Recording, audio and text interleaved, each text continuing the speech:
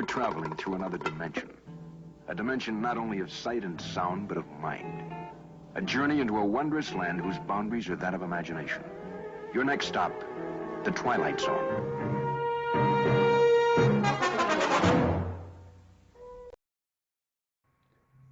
Having just completed our icebreaker, I think it's reasonable to say that in many ways food safety is no simple single answer.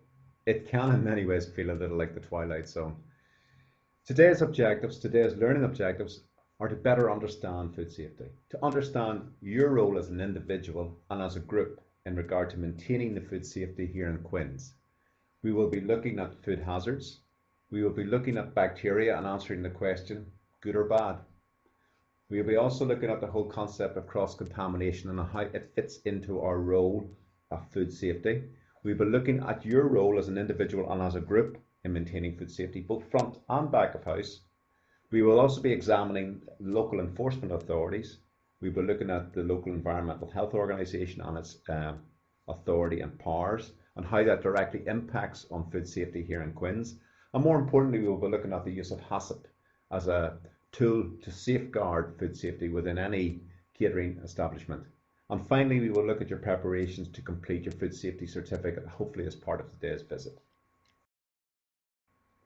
Food safety may be defined as a legal and moral obligation by all persons involved in the preparation and service of food items to take all reasonable measures to safeguard members of the public and staff members from potential injury or harm as a result of a failure to action, implement and maintain reasonable precautions to avoid food contamination. This is a statement that was taken from the World Health Organization. Obviously, it clearly indicates that there is no single one answer to maintaining food safety. It itemizes and breaks down what we call a duty of care, which is placed on the provision, preparation and service of all food items in any catering establishment. The primary sources of food hazards are defined as physical, chemical, biological and allergenic. As you can clearly see, food safety is one of many different aspects. The primary food hazards that we will look at today are physical, chemical, allergenic, and finally we will focus on bacteria, because most people will agree bacteria is possibly one of the most serious aspects of food safety that people who are involved in the preparation and service of food must be accountable to and must be aware of. Okay, let's look at food safety then. We now know there's four primary hazards. We've got physical, chemical, allergenic and biological. What I would like you to do collectively in groups is take one of those particular hazards. I would like group 1 to take physical. I would like group 2 to take chemical. I would like group 3 to take allergenic, and finally we're going to get group 4 and they're going to do biological. Now what I want you to do is simply focus on what you understand by a physical, chemical, biological and allergenic hazard. Give me examples, and please do use your mobile phones. Do work as a group. Select a spokesman and we're going to do a group presentation. We're just going to look at what you've discovered and try and develop the whole group dynamic and give a fuller perspective of what we understand to be the main contributory hazards in regard to food safety. Okay, so we've looked now at a group presentation of what we all collectively understand food safety to be. What I would like us to do now is take a little bit more time and look at the actual hazards we've just previously mentioned. So we're going to start off with physical hazards. We're going to look at physical hazards potentially, and we're going to look at the prevention of physical hazards, and then move on to chemical, allergenic, and we will spend a little bit more time on the biological, because I think as a group we've collectively agreed biological seems to be the predominant food safety issue that we all seem to be able to understand and identify.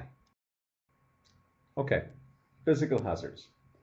Defined as any physical object that can fall into and contaminate food. Examples would be the ceiling tiles, screws, hairs, glass, packaging material, jewellery and plastic. Just as an example, a human hair can contain as many as 50,000 bacterial spores. One single hair. Bear that in mind. So how do we minimize as opposed to prevent physical hazards? Observation.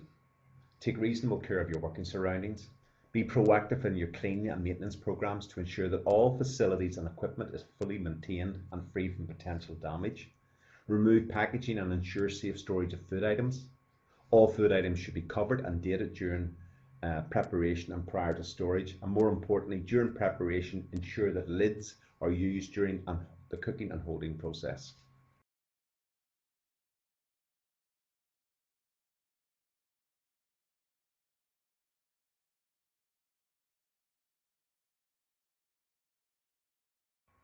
Chemical hazards. Defined as potentially dangerous chemicals such as cleaning fluids or pesticides which contaminate the food. They can enter the food chain prior to preparation, for example, through the improper use of pesticides or antimicrobial residues on the likes of fruit and vegetables. It can also be as a result of a failure to take reasonable precautions or safe cleaning solutions such as sodium nitrate or antimicrobial solutions, which are used as part of your in-house cleaning solutions. What I would like you to ask yourselves now is, how do you store chemicals in Quinns? How do you process your fruit and veg? Is it washed?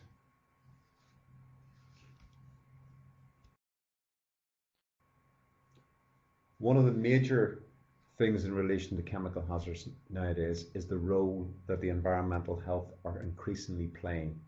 They are now looking for what they call provenance in regard to the provision of suppliers' details. They're looking to see where you're getting food from. Is the food chain being safely maintained? Have the manufacturers, have the suppliers followed the appropriate procedures?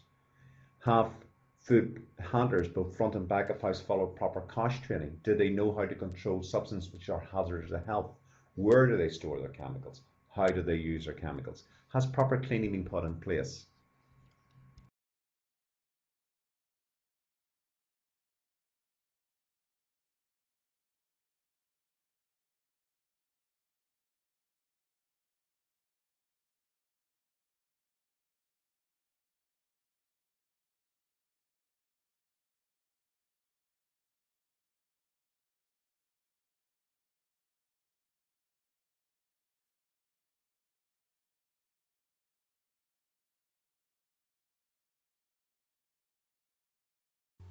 We now come to bacteria, which is probably one of the most serious aspects of food safety, and certainly one that impacts directly in regard to any food operation.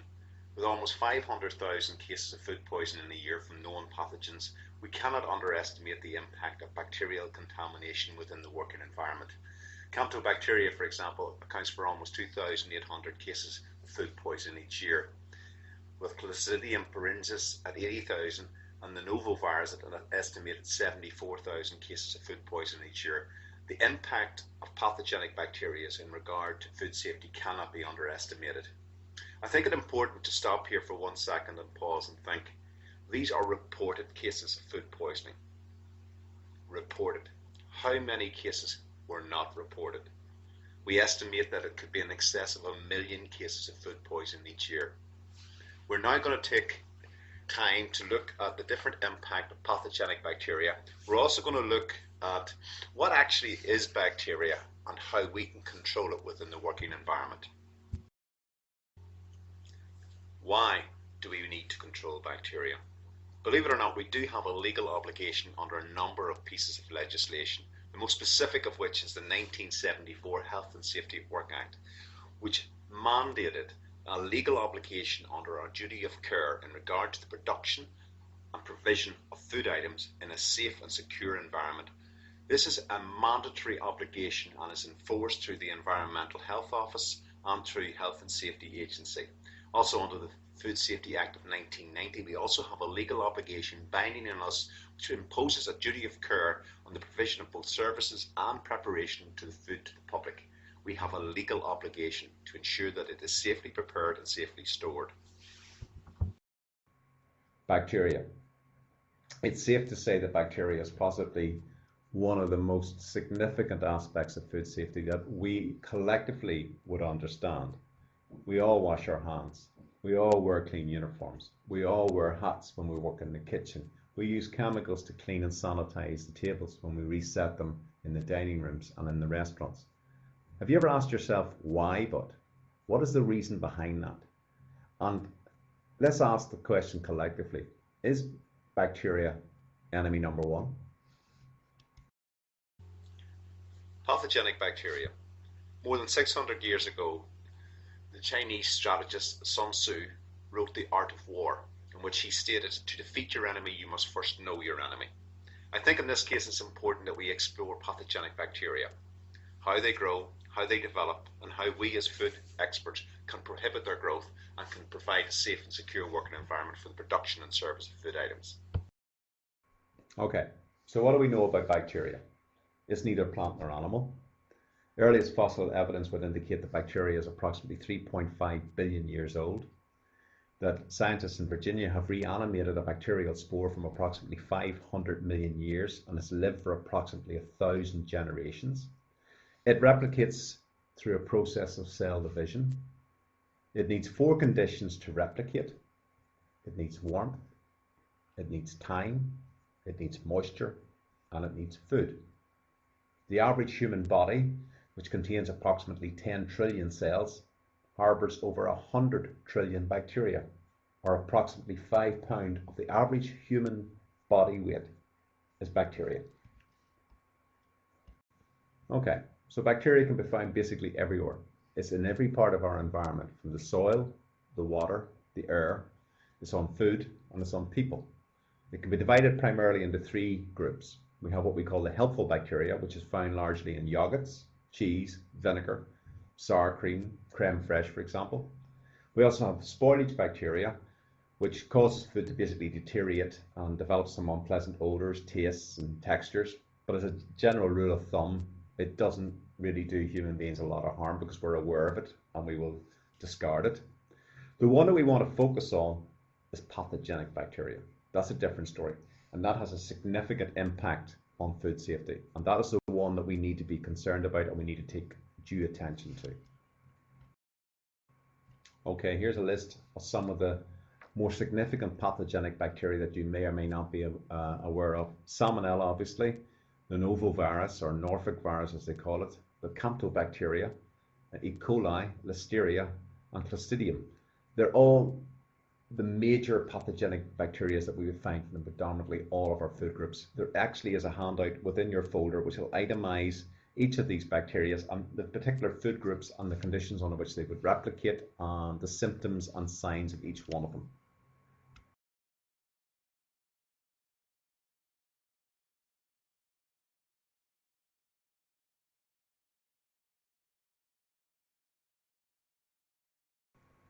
Other than food poisoning, pathogenic bacteria basically can also include things like typhoid, bronchitis, tuberculosis.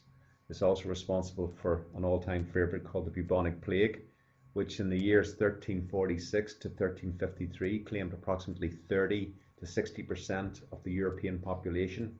Estimates range between approximately 100 to 200 million people. It actually set European development back by approximately 130 years. It's also worth considering, for example, when you think about bacteria, especially pathogenic bacteria, that as many as 10,000 bacterial spores can be found on the head of a pin, 100,000 in 1 square centimetre of skin, or 10 million bacteria can be found from the tip of your finger to your elbow.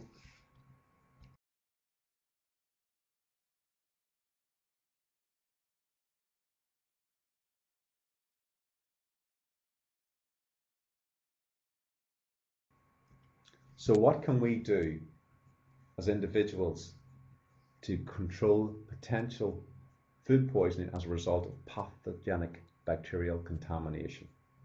We will look at personal hygiene. We will look at safe storage.